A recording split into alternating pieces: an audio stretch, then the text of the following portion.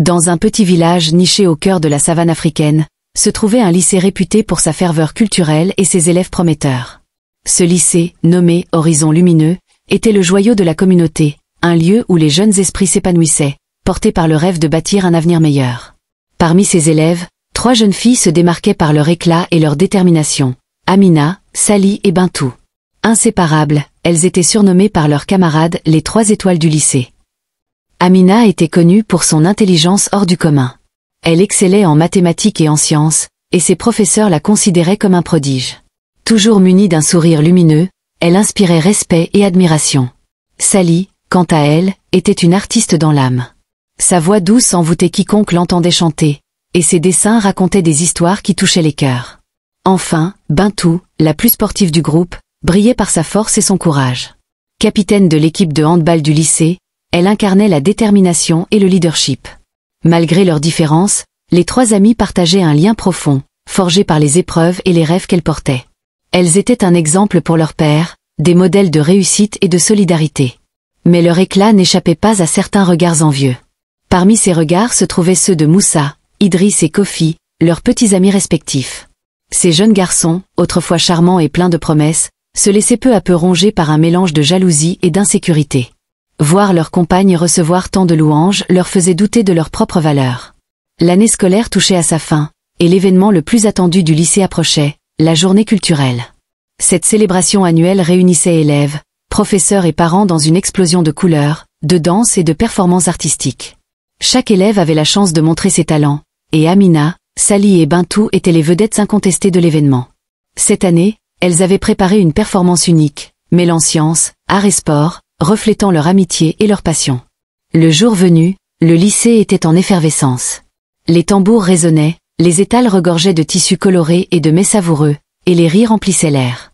Amina impressionna l'assemblée avec une expérience scientifique spectaculaire, Sally envoûta la foule avec une chanson poignante, et Bintou suscita des acclamations en menant son équipe à la victoire lors d'un match d'exhibition.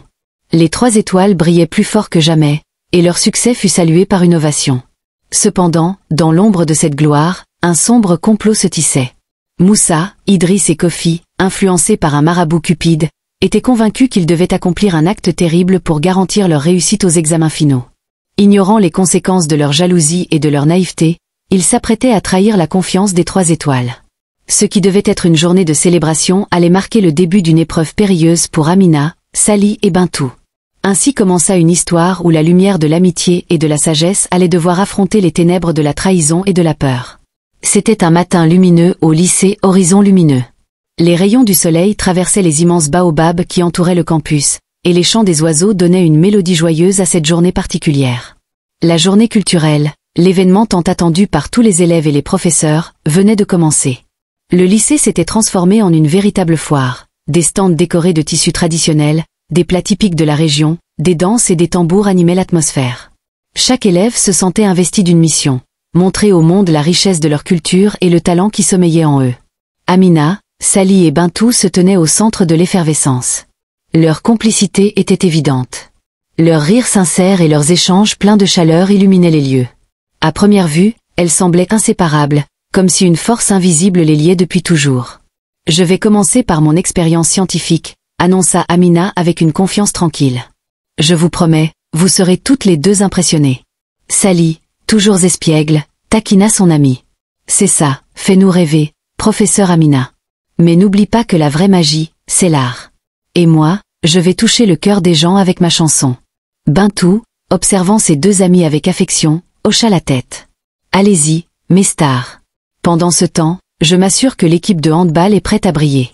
Nous allons montrer à tout le monde que le sport, la science et l'art peuvent illuminer le monde. » La journée débuta sous les meilleurs auspices. Amina monta sur scène pour une démonstration fascinante.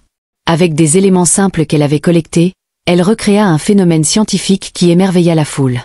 Les enfants applaudissaient, les parents chuchotaient d'admiration, et les professeurs hochaient la tête avec fierté. Plus tard, Sally prit la scène avec sa guitare. Sa voix douce mais puissante résonna dans tout le lycée. Elle chanta une mélodie qui parlait d'espoir, de persévérance et de la beauté de l'unité. Les spectateurs furent émus aux larmes. On entendait même certains murmurer. « Cette fille a l'âme d'une griotte. Elle porte l'histoire de nos ancêtres dans sa voix. » Enfin, Bintou mena son équipe dans un match d'exhibition palpitant. Chaque mouvement était précis, chaque stratégie brillante. Elle inspirait ses coéquipières, leur montrant que l'effort collectif pouvait surpasser n'importe quel obstacle. Quand l'équipe marqua le but final, la foule explosa en acclamations. À la fin de la journée, les 3 jeunes filles étaient entourées de félicitations. Mais dans l'ombre de cette gloire, quelque chose d'étrange se tramait.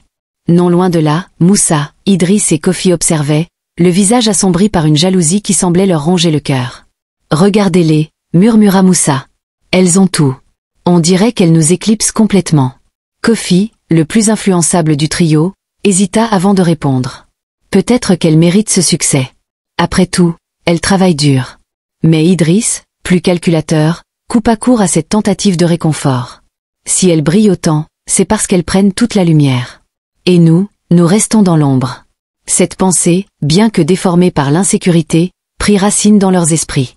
Quelques jours plus tôt, un homme mystérieux s'était approché d'eux dans un coin du village. C'était un marabout aux yeux perçants, qui leur avait fait une proposition troublante. « Vous voulez réussir vos examens finaux? Vous voulez que le monde reconnaisse votre valeur? Alors, vous devez sacrifier quelque chose de précieux. Rien ne vient sans un prix. » Au début, ils avaient ri de ces paroles. Mais les doutes et les frustrations semées en eux ce jour-là commencèrent à grandir. Et en cette journée culturelle, les paroles du marabout résonnèrent comme une prophétie. Moussa, Idriss et Kofi décidèrent qu'ils avaient trouvé leur sacrifice, les filles qui semblaient briller plus qu'eux. Alors que la soirée avançait, les festivités prirent fin. Amina, Sali et Bintou, fatiguées mais heureuses, s'assirent sous un grand manguier pour discuter. Les 3 garçons les rejoignirent, leur proposant une surprise. « Vous avez été incroyables aujourd'hui, » dit Moussa avec un sourire qui semblait sincère. « Pour célébrer, on a prévu une petite fête privée pour vous 3. » Sali plissa les yeux, un peu méfiante. « Une fête privée? Où ça? » « Ne t'inquiète pas, » répondit Idriss. « Juste un endroit tranquille à la sortie du village. Rien de grand, juste nous. » Les filles, bien que surprises, acceptèrent. Elles faisaient confiance à leurs compagnons. Après tout, pourquoi douteraient-elles de leurs intentions? Elles montèrent à bord de la camionnette que les garçons avaient empruntée et se laissèrent conduire à travers des chemins sombres, loin du lycée et du village. Mais à mesure que le trajet avançait, une inquiétude sourde commença à s'installer chez Amina. « Ce chemin me semble étrange. Vous êtes sûr qu'on va à une fête ?» Les garçons évitèrent son regard. Bintou, plus direct, fronça les sourcils. « Qu'est-ce que vous cachez? Pourquoi on est si loin ?» Finalement, la camionnette s'arrêta brusquement au bord d'une forêt dense. Moussa ouvrit la portière, et les filles comprirent qu'il n'y avait aucune fête. Idriss lança d'une voix hésitante. « Descendez. C'est ici que ça se termine. » Le cœur des 3 jeunes filles se serra. Elles regardèrent les garçons, cherchant des explications, mais il n'y avait que du doute et de la peur dans leurs regards. Sali, tremblante, demanda. « Vous plaisantez, n'est-ce pas ?» Mais ce n'était pas une plaisanterie. Les garçons, sous l'influence du marabout et de leur jalousie, abandonnèrent les filles dans la forêt, s'enfuyant à toute vitesse avec la camionnette. Dans le noir absolu, Amina, Sali et Bintou étaient livrées à elles-mêmes, leur cœur brisé par cette trahison inattendue. Ainsi s'acheva cette journée culturelle, marquée par la gloire mais aussi par le début d'une terrible épreuve. Ce que les 3 garçons ignoraient, cependant, c'est que les étoiles ne s'éteignent pas si facilement. Même dans les ténèbres les plus profondes, elles trouvent toujours un moyen de briller. La nuit était tombée sur la forêt dense. Le silence y régnait, interrompu seulement par le bruissement des feuilles et les cris lointains des animaux nocturnes. Amina, Sali et Bintou, abandonnées par ceux qu'elles pensaient être leurs alliés, se tenaient proches les unes des autres. Le choc de la trahison était encore frais, et la peur commençait à les envahir. Mais derrière cette peur se cachait une lueur d'espoir. Elles étaient ensemble, et tant qu'elles se soutenaient, elles savaient qu'elles pouvaient surmonter n'importe quel obstacle. « Pourquoi nous ont-ils fait ça ?» murmura Sali, les larmes aux yeux. « Nous n'avons jamais rien fait pour leur nuire. » Amina, d'une voix plus calme qu'elle ne le ressentait, répondit. « Je ne sais pas, mais nous devons d'abord penser à sortir d'ici. La forêt est immense, et si nous restons au même endroit, nous risquons de nous perdre davantage. » Bintou serra ses poings, essayant de contenir sa colère. « Ils vont le regretter. Je te jure qu'ils vont payer pour ce qu'ils ont fait. Mais d'abord, tu as raison, Amina. Trouvons un moyen de nous orienter. » Elles regardèrent autour d'elles. La lumière de la lune, filtrée par les branches des arbres, leur permettait de distinguer vaguement leur environnement. Amina leva les yeux vers le ciel. « Les étoiles. Si nous suivons certaines constellations, nous pourrions retrouver la direction du village, expliqua-t-elle. Mon père m'a appris à utiliser l'étoile polaire pour m'orienter. Les deux autres hochèrent la tête, faisant confiance à son intelligence. Elles commencèrent à marcher, suivant les indications d'Amina. Mais la forêt n'était pas qu'un simple labyrinthe de végétation. À chaque pas, elles étaient confrontées à des obstacles, des buissons épineux, des racines traîtresses et le regard inquiétant des créatures nocturnes. Chaque bruit faisait bondir leur cœur, mais elles restaient ensemble, avançant avec détermination. Le temps semblait s'étirer. Après des heures de marche, la fatigue s'abattit sur elles. Elles décidèrent de s'arrêter près d'un grand arbre pour se reposer. Sally trouva des feuilles épaisses pour créer une couche improvisée, tandis que Bintou surveillait les alentours. Amina, quant à elle, fouillait dans les environs pour trouver de quoi manger. Elle revint avec des baies qu'elle avait identifiées comme comestibles. C'est tout ce que j'ai pu trouver pour l'instant. Ce n'est pas beaucoup, mais cela devrait nous donner un peu d'énergie. Elles partagèrent le maigre butin en silence, chacune réfléchissant à ce qu'il venait de se passer. La trahison de Moussa, Idriss et Kofi pesait lourd sur leur esprit. « Vous pensez qu'ils reviendront nous chercher ?» demanda Sally, espérant encore qu'il s'agissait d'une mauvaise blague. Bintou, les mâchoires serrées, répondit « Non. Ils nous ont abandonnés pour de bon. Et c'est à nous de leur prouver qu'ils ont eu tort. Nous allons nous en sortir. Ensemble. » Leur détermination se renforça à cet instant. Peu importe les raisons des garçons, elle ne leur donnerait pas la satisfaction de les voir échouer. Au lever du jour, la forêt dévoila un visage moins menaçant. Les rayons du soleil perçaient les feuillages, réchauffant l'atmosphère. Les trois jeunes filles reprirent leur marche, plus confiantes. En chemin, elles rencontrèrent un ruisseau. « De l'eau !» s'exclama Sally avec soulagement. « On va pouvoir boire. » Elles se désaltérèrent et décidèrent de suivre le cours d'eau, espérant qu'il les conduirait à une sortie de la forêt. La présence du ruisseau leur donna un peu de répit, mais elles savaient qu'elles devaient rester vigilantes. C'est à ce moment-là qu'un bruit inattendu attira leur attention. Un bruissement dans les buissons. Les trois filles s'arrêtèrent, tendues. Bintou, toujours prête à défendre ses amis, ramassa une branche robuste pour se protéger. « Qui est là ? Montrez-vous !» À leur grande surprise, ce n'était pas un prédateur, mais un vieil homme vêtu d'un pagne simple et portant un bâton sculpté. Il les regarda avec curiosité avant de sourire doucement. « Que font trois jeunes filles dans cette forêt à une heure si matinale ?» demanda-t-il d'une voix grave mais bienveillante. Amina, soulagée mais méfiante, répondit. « Nous avons été abandonnés ici par des personnes en qui nous avions confiance. Nous essayons de retrouver notre chemin. Pouvez-vous nous aider ?» Le vieil homme, qui se présenta comme Baba Gundo, hocha la tête. « Vous avez de la chance de m'avoir croisé. Cette forêt est pleine de pièges pour les âmes perdues. Suivez-moi. Je vous conduirai à mon village. » Les trois filles échangèrent un regard. Elles hésitèrent un instant, mais quelque chose dans l'attitude du vieil homme les rassura. Elles décidèrent de lui faire confiance. Le chemin vers le village de Baba Gundo fut long, mais il leur permit de discuter avec lui. Le vieil homme, sage et patient, les écouta attentivement alors qu'elles racontaient leur mésaventure. « C'est une histoire bien triste, » dit-il en secouant la tête. « Mais elle n'est pas rare. La jalousie et l'ignorance poussent souvent les hommes à faire des choses terribles. Pourtant, souvenez-vous de ceci, la lumière ne peut être éteinte par ceux qui vivent dans l'ombre. Vous êtes forte, et c'est cette force qui vous sauvera. » Ces paroles résonnèrent dans leur cœur. Elles arrivèrent enfin à son village, un endroit paisible entouré de champs verdoyants. Les habitants les accueillirent chaleureusement, leur offrant de la nourriture et un endroit où se reposer. Baba Gundo, quant à lui, réfléchissait à la meilleure manière de les aider à confronter leur passé et à rétablir la vérité. « Restez ici cette nuit, dit-il. Demain, nous irons au village voisin. Ceux qui vous ont trahis doivent répondre de leurs actes. Mais souvenez-vous, la vengeance ne doit pas guider vos pas. Cherchez la justice, mais restez toujours fidèles à votre lumière intérieure. » Les filles, bien que toujours blessées par la trahison, comprirent la sagesse de ces paroles. Cette nuit-là, pour la première fois depuis leur mésaventure, elles dormirent en paix, réconfortées par l'idée qu'elles n'étaient pas seules et qu'une solution était en marche. Le village voisin de celui des filles, où résidaient les familles de Moussa, Idriss et Kofi, était animé ce matin-là. L'arrivée de Baba Gundo, accompagné d'Amina, Sally et Bintou, avait attiré l'attention. Le vieil homme, connu pour sa sagesse et son autorité morale, marchait en tête du groupe, son bâton frappant le sol avec assurance. Derrière lui, les trois jeunes filles avançaient, déterminées, bien que le poids de la trahison pesât encore sur leur cœur. « Aujourd'hui, nous cherchons la vérité », déclara Baba Gundo en s'adressant aux villageois rassemblés. Ces jeunes filles ont été victimes d'un acte indigne, et il est de notre devoir de comprendre ce qui s'est passé. Appelez Moussa, Idriss et Kofi. Ils doivent répondre à leurs actes. La nouvelle se répandit rapidement, et les 3 garçons furent bientôt amenés devant l'assemblée par des membres de leur famille. Leurs visages étaient marqués par l'inquiétude et la honte. Ils n'avaient pas prévu que leur acte lâche serait découvert si vite. Devant le regard de leurs parents et des villageois, ils se sentaient petits, incapables de soutenir la lumière accusatrice des 3 étoiles qu'ils avaient voulu éteindre. Baba Gundo prit la parole avec calme, mais sa voix portait une autorité qui imposait le silence.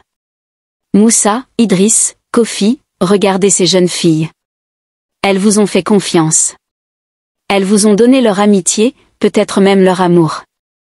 Pourtant, vous les avez trahies, les abandonnant dans une forêt où elles auraient pu perdre la vie. Expliquez-vous. Pourquoi avez-vous fait cela? Moussa, le plus âgé des 3, baissa la tête, incapable de parler. Idriss, plus rusé, tenta de justifier leurs actes. Nous avons eu peur de ne pas réussir nos examens, murmura-t-il. On nous a dit que nous devions faire un sacrifice pour garantir notre réussite. Ce marabout, il nous a promis que ça marcherait. Les villageois murmurèrent d'indignation. Le mot « marabout » fit frémir l'assemblée. Beaucoup connaissaient les dangers de ces croyances mal placées et de ces pratiques occultes. Une femme âgée dans la foule s'exclama. « Vos examens? Et pour cela, vous étiez prêt à sacrifier des vies innocentes? Quelle folie! » Amina, prenant la parole pour la première fois, fixa les garçons avec une intensité qui les fit frissonner. « Vous avez laissé la jalousie vous aveugler. Au lieu de travailler dur comme nous l'avons fait, vous avez cherché une solution facile, en mettant nos vies en danger.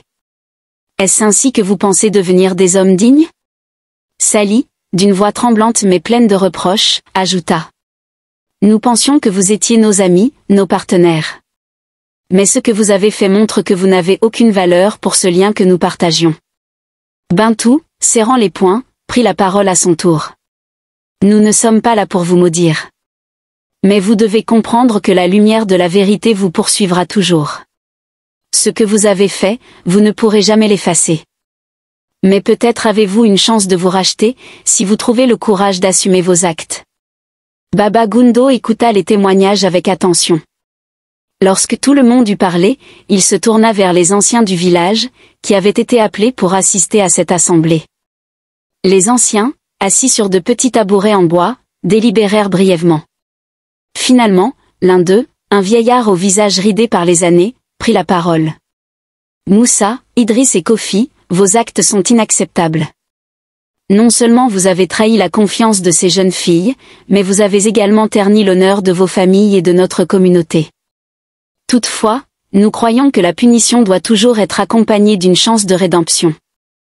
Vous devrez réparer le tort que vous avez causé. » L'assemblée attendit en silence. Baba Gundo, prenant le relais, expliqua la décision des anciens. « Vous serez mis à l'épreuve. Pendant 3 mois, vous travaillerez pour la communauté sans relâche. Vous aiderez à reconstruire les écoles, à cultiver les champs et à servir les besoins des plus vulnérables.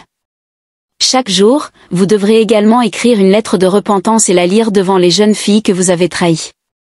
À la fin de cette période, elles seules décideront si elles vous pardonnent. » Les garçons baissèrent la tête, acceptant le jugement sans protester. Ils savaient qu'ils n'avaient pas le choix. Mais plus encore, ils sentaient que cette épreuve pourrait être leur chance de devenir meilleurs. Amina, Sally et Bintou, bien que toujours blessés, furent impressionnés par la sagesse de Baba Gundo et des anciens. Elles avaient espéré que la vérité éclaterait, mais elles ne s'attendaient pas à ce que justice soit rendue de manière si constructive. Elles comprirent que le pardon était un chemin difficile, mais nécessaire pour leur propre paix intérieure. Pendant les semaines qui suivirent, les garçons commencèrent leur pénitence. Ils travaillaient dur, sous le regard des villageois qui surveillaient chacun de leurs gestes. Moussa devint responsable de la réparation des toits des écoles. Idriss fut affecté à l'irrigation des champs. Kofi, le plus jeune, s'occupa de l'entretien des chemins et des puits. Tous les soirs, ils venaient lire leurs lettres devant les filles, exprimant leurs regrets et leur honte. Au début, Amina, Sally et Bintou écoutaient en silence, encore trop blessées pour répondre. Mais au fil du temps, elles commencèrent à voir un véritable changement chez les garçons. Leur arrogance avait disparu, remplacée par une humilité sincère. Ils n'étaient plus les mêmes. Les 6 jeunes prirent la calebasse, un par un, et prononcèrent leurs promesses avec sincérité. À chaque gorgée, une émotion profonde semblait les traverser, comme si le poids du passé s'éloignait un peu plus. Après cela, Baba Gundo invita les filles à poser leurs mains sur celles des garçons, un geste symbolisant la réconciliation. Ce geste scelle votre pacte. Mais rappelez-vous, la confiance, comme une flamme, doit être nourrie pour ne pas s'éteindre. Soyez toujours honnêtes et respectueux les uns envers les autres. La cérémonie se termina par des chants et des danses autour du feu. Les habitants du village, émus par ce moment, participèrent à la fête, célébrant non seulement la réconciliation, mais aussi l'unité retrouvée. Les filles et les garçons dansèrent ensemble, leur rire mêlé à la musique. Pour la première fois depuis longtemps, ils se sentirent légers, comme si une nouvelle page s'était réellement ouverte. Les jours suivants furent marqués par un changement notable. Moussa, Idriss et Kofi commencèrent à s'impliquer davantage dans les projets communautaires, montrant leur sérieux dans leur engagement. Amina, Sali et Bintou, de leur côté, retrouvèrent leur énergie habituelle, mais avec une maturité nouvelle. Leur amitié était plus forte que jamais, et leur lumière brillait avec encore plus d'intensité. Baba Gundo, fier du chemin parcouru par ces jeunes, leur rappela une dernière leçon. La vie vous mettra toujours à l'épreuve, mais souvenez-vous que les liens que vous avez renforcés ici sont votre plus grande force. Prenez soin les uns des autres, et vous surmonterez toutes les tempêtes. Les mois qui suivirent le cercle de la réconciliation furent marqués par une transformation profonde, non seulement pour Moussa, Idriss, Kofi, Amina, Sali et Bintou, mais pour tout le village. Ce moment marquant avait non seulement cicatrisé des blessures, mais avait aussi instauré une nouvelle harmonie entre les jeunes et leur communauté. Cependant, la vie est un fleuve qui ne cesse de couler, et bientôt, les 6 jeunes furent confrontés à de nouveaux défis, cette fois avec une maturité et une sagesse renouvelée. Après avoir terminé leur dernière année scolaire avec succès, Amina, Sali et Bintou furent invités par le chef du village à participer à un projet ambitieux. Créer un centre communautaire pour promouvoir l'éducation et la culture parmi les jeunes. Les 3 filles, devenues des modèles dans leur communauté, acceptèrent avec enthousiasme. Cependant, elles savaient que la réalisation de ce projet nécessiterait l'aide de tous. Inspirées par les efforts récents de Moussa, Idriss et Kofi, elles décidèrent de les inclure dans l'initiative. Lors d'une réunion organisée sous l'arbre à palabres du village, Amina prit la parole. Nous avons prouvé que nous sommes plus forts ensemble. Ce centre communautaire est l'opportunité parfaite pour montrer à tout le monde ce que nous pouvons accomplir. Moussa, Idriss, Kofi, nous avons besoin de votre énergie, de vos idées et de votre engagement. Êtes-vous avec nous? Les 3 garçons échangèrent un regard, puis Idriss, toujours le plus prompt à parler, répondit. Nous sommes avec vous. Ce centre sera notre façon de redonner à la communauté ce qu'elle nous a offert, une deuxième chance. La construction du centre communautaire devint rapidement le projet principal du village. Hommes, femmes, jeunes et anciens apportèrent leur contribution, chacun selon ses capacités. Moussa, grâce à l'expérience acquise pendant sa période de pénitence, supervisa la construction. Idriss, doté d'un esprit stratégique, s'occupa de la logistique, tandis que Kofi utilisa ses talents artistiques pour concevoir des fresques qui décoreraient les murs du futur centre. De leur côté, Amina, Sali et Bintou organisèrent des collectes de fonds et mobilisèrent les ressources nécessaires pour financer le projet. Elles voyageaient parfois jusqu'aux villages voisins, partageant leurs visions et inspirant d'autres à soutenir leur cause. Leur éloquence et leur passion attirèrent l'attention de plusieurs bienfaiteurs locaux, qui firent don de matériaux et d'équipements. Centre, s'inquiétaient de perdre leur identité. Moussa, Idriss et Kofi, bien qu'initialement tentés par les promesses de l'homme, commencèrent à avoir des doutes après avoir écouté les arguments des filles. Une grande réunion fut organisée sous l'arbre à palabres. Le village entier était présent, attentif à l'issue de ce débat. Baba Gundo, fidèle à sa neutralité, ouvrit la discussion. Il est temps que chacun parle. Quelle direction voulez-vous prendre? La modernité ou la préservation de nos valeurs? Amina fut la première à se lever. Nous avons construit ce centre avec nos cœurs et nos mains. Il est le fruit de notre douleur, de notre pardon et de notre unité. Si nous le remettons entre les mains de quelqu'un qui ne comprend pas cette histoire, nous risquons de perdre ce qui fait notre force. Monsieur Ndiaye, calme et assuré, répondit avec un sourire. Ce que vous dites est noble, jeune fille. Mais sans ressources, vos rêves resteront limités.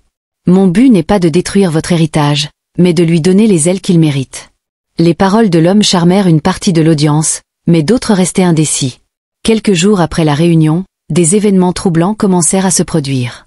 Une rumeur se répandit. Monsieur Ndiaye aurait offert de l'argent à certains membres influents du village pour appuyer sa proposition. Amina, Sali, Bintou, Moussa, Idriss et Kofi décidèrent d'enquêter. En suivant discrètement l'homme, ils découvrirent qu'il avait menti sur ses intentions. Monsieur Ndiaye n'était pas seulement intéressé par le centre, il avait l'intention de raser une partie des terres environnantes pour y construire un complexe touristique. Les 6 jeunes furent outrés par cette trahison et comprirent que le destin de leur village reposait désormais entre leurs mains. Au lendemain de leur découverte, Amina, Sali et Bintou décidèrent de convoquer une nouvelle réunion. Cette fois, elles prirent la parole non seulement pour défendre la Maison des Étoiles, mais pour protéger l'identité même de leur village. Amina, debout devant l'assemblée, s'adressa à la foule. Ce que nous avons découvert doit être connu de tous. Monsieur Ndiaye ne cherche pas à aider notre communauté, mais à l'exploiter. Nous avons bâti ce lieu avec nos efforts, et nous ne laisserons personne en prendre le contrôle. Ce centre appartient à nos enfants, à nos familles, à nos ancêtres. Il est notre héritage. Moussa, prenant courage, ajouta. Nous avons fait des erreurs par le passé, mais cette fois, nous ne resterons pas silencieux. Si nous voulons protéger ce qui nous est cher, nous devons rester unis. Ensemble, nous sommes invincibles. Les paroles des jeunes éveillèrent une ferveur inattendue. Les habitants, touchés par leur détermination, prirent conscience de l'importance de préserver leur autonomie et leur héritage. Lorsque Monsieur Ndiaye comprit que le village entier s'était dressé contre lui, il tenta une dernière fois de les convaincre, mais ses efforts furent vains. Confronté à une communauté unie et déterminée, il finit par partir, emportant avec lui ses promesses creuses et ses projets égoïstes. Le village célébra cette victoire comme une renaissance. Baba Gundo, observant les jeunes, leur déclara avec une lueur de fierté dans les yeux. Vous avez prouvé que les vraies étoiles ne s'éteignent jamais. Votre courage a illuminé notre chemin. Continuez à protéger cette lumière, et votre village prospérera pour toujours. Après le départ de Monsieur Ndiaye, la Maison des Étoiles reprit son rôle central dans la vie du village. Les jeunes, inspirés par cet épisode, lancèrent de nouveaux projets pour renforcer l'indépendance de leur communauté. Ils créèrent un jardin collectif, organisèrent des cours sur l'autonomie alimentaire, et mirent en place des ateliers pour transmettre les savoirs ancestraux. Amina, Sali et Bintou continuèrent à briller comme des leaders naturels, tandis que Moussa, Idriss et Kofi, désormais reconnus pour leur rédemption, devenaient des piliers de la communauté. Des années plus tard, alors que les 6 amis étaient devenus des figures respectées du village, ils racontèrent leur histoire aux nouvelles générations. Sous l'arbre à palabres, ils partageaient leurs leçons avec les enfants, les incitant à toujours défendre ce qui leur est cher. N'oubliez jamais, dit Amina, que la force d'un village réside dans son unité. La lumière d'une étoile est puissante, mais ensemble, nous formons une constellation qui peut illuminer le monde. Les années passèrent, et la Maison des Étoiles devint bien plus qu'un simple centre communautaire. Elle devint un symbole vivant de résilience et d'unité, un sanctuaire où l'histoire du village se mêlait à ses aspirations futures. Amina, Sali et Bintou, désormais femmes accomplies, continuaient de guider leur communauté avec sagesse et bienveillance. Moussa, Idriss et Kofi, autrefois égarés, étaient devenus des exemples d'humilité et de rédemption. Un matin, alors que le soleil se levait sur le village, Amina se tenait sur le seuil de la Maison des Étoiles, observant les enfants jouer dans la cour. Elle se souvenait de ce jour fatidique où leur lien avait été brisé par la trahison, mais aussi de la manière dont ils avaient trouvé la force de se relever et de se pardonner. Nous avons transformé nos blessures en lumière, murmura-t-elle. Et cette lumière continuera de guider ceux qui viendront après nous. Le centre avait évolué pour inclure une bibliothèque, un espace pour les arts et une école de formation. Des jeunes de tout le pays venaient apprendre et échanger leurs idées, renforçant l'esprit d'unité qui avait été à la base de sa création. Lors d'une cérémonie annuelle, les 6 amis se réunirent pour transmettre leur histoire à la nouvelle génération. Sous l'arbre à palabres, entourés des anciens et des jeunes, ils prirent tour à tour la parole. Nous avons appris que les erreurs ne définissent pas qui nous sommes, commença Moussa. Ce qui importe, c'est ce que nous faisons pour les réparer. Et que la solidarité est notre plus grande force, ajouta Sali. Quand nous sommes unis, aucune tempête ne peut nous briser. Kofi, le plus introspectif, déclara. Ce village est comme un tableau. Chaque personne est une couleur unique, et ensemble, nous créons une œuvre magnifique. Mais il faut en prendre soin, toujours. Ce soir-là, tandis que les villageois festoyaient autour d'un grand feu, Baba Gundo s'approcha des 6 amis. Ses yeux brillaient d'une lueur sage et fière. Vous avez prouvé que même les étoiles qui vacillent peuvent retrouver leur éclat. Votre lumière continuera de briller bien après que nous aurons quitté ce monde. Souvenez-vous toujours de cela. En levant les yeux vers le ciel, les 6 amis contemplèrent les étoiles scintillantes. Chacune semblait raconter une histoire, rappeler un moment de leur parcours. Amina prit la main de Sally, et dans un murmure, elle dit « Tant que nous croyons en notre lumière, rien ne pourra l'éteindre. » Et ainsi, les étoiles continuèrent de briller sur le village, témoins silencieux de son unité et de sa force. Leur lumière guidait les générations futures, assurant que la maison des étoiles resterait éternellement un phare dans l'obscurité. Et ainsi, l'héritage de la maison des étoiles perdura, guidant chaque nouvelle génération vers un avenir fondé sur le respect, l'amour et la solidarité. Les années passèrent, mais l'histoire des 3 filles et des 3 garçons resta gravée dans les mémoires. Elle fut transmise de génération en génération, comme une leçon de courage, de pardon et de résilience. Les jeunes du village, inspirés par cette histoire, continuèrent à faire vivre la maison des étoiles, transformant ce lieu en un sanctuaire de progrès et d'espoir. Et ainsi, sous la lumière des étoiles, le village prospéra, uni par des liens que même les tempêtes les plus violentes ne pouvaient plus briser. Et ainsi, dans ce village où la sagesse et la solidarité étaient au cœur de la vie, l'histoire de ces 6 jeunes devint une source d'inspiration pour tous. Une histoire qui montrait que, même dans les moments les plus sombres, la lumière pouvait toujours renaître, guidée par la vérité, le pardon et l'amour. Après cet épisode, les 3 étoiles du lycée continuèrent à briller, mais leur lumière était désormais enrichie par une leçon importante. Même dans les moments les plus sombres, la sagesse, la justice et le pardon peuvent éclairer le chemin. Moussa, Idriss et Kofi, de leur côté, devinrent des jeunes hommes responsables, mettant leur énergie au service de la communauté et honorant chaque jour le pardon qu'ils avaient reçu. Et ainsi, l'histoire de ces 3 jeunes filles et des garçons qui avaient tenté de les trahir devint une légende racontée dans tout le village.